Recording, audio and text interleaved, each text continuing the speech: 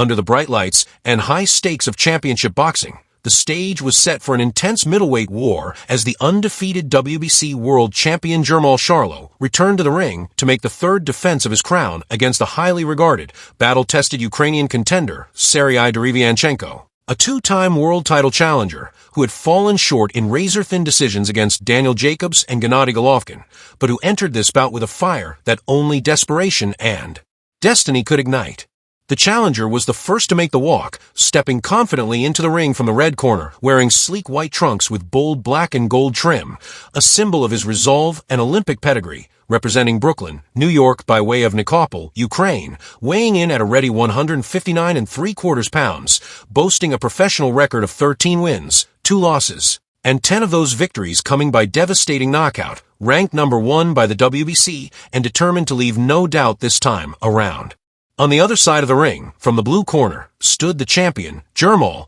Hitman Charlo, clad in black trunks with silver trim, representing Houston, Texas, entering with an impeccable record of 30 wins, no defeats, and 22 knockouts, a two-division champion known for his power, precision, and unshakable confidence, making his third defense of the WBC middleweight title with the swagger of a man who believed his time was now and forever. With referee Harvey Dock giving the final instructions to protect themselves at all times and fight fair, both men touched gloves, eyes locked, as tension crackled through the arena, and when the opening bell rang, the champion immediately asserted his jab, a sharp, punishing piston of a punch that snapped Derevyanchenko's head back and controlled the early tempo. The Ukrainian, however, was undeterred, pressing forward with steely determination, ducking under shots, working his way into close quarters where he could attempt to dig hooks to the body and throw compact combinations, testing Charlo's defense and discipline. The champion remained composed, sliding just out of range, countering with right hands, slipping shots with subtle head movement,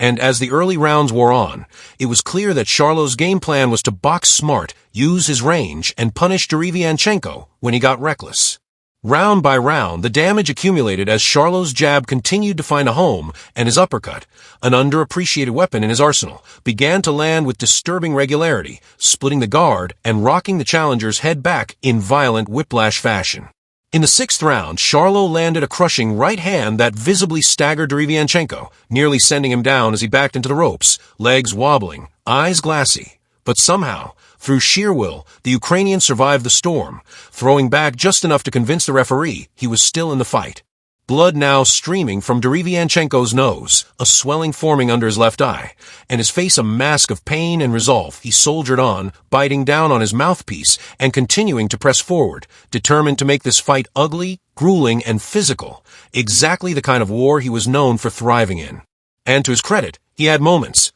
where he landed hard body shots, moments where he doubled up the left hook and caught Charlo clean, moments where the crowd roared in admiration of his courage and grit. But each time he surged, Charlo responded with calm fury, planting his feet and firing back with precise counters that reminded everyone why he held the title. The middle rounds saw the pace intensify as both fighters began to trade more frequently in the center of the ring, Charlo landing clean jabs and short right uppercuts, Derevyanchenko responding with relentless pressure and body work, refusing to take a step back even as the punishment mounted. As they entered the championship rounds, fatigue began to show in both men, but the Ukrainian seemed fueled by pure grit, throwing volume, absorbing damage, and never ceasing to press forward, while Charlo, though increasingly tested, stayed composed, moving laterally, managing distance and landing just enough clean, thudding shots to keep control. The 11th round was pure attrition, with Derevyanchenko desperately trying to drag Charlo into a brawl, letting his hands go in flurries,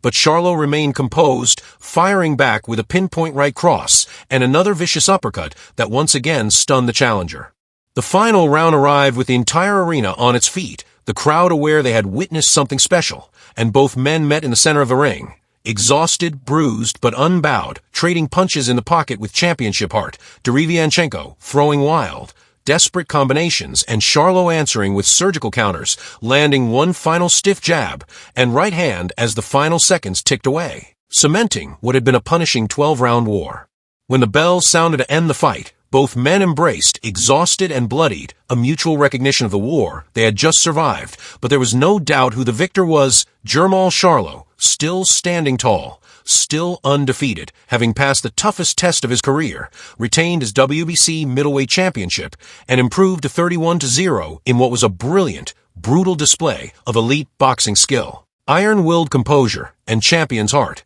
as he walked out of the ring still holding the title high, proving once again that he's one of the most dangerous and dominant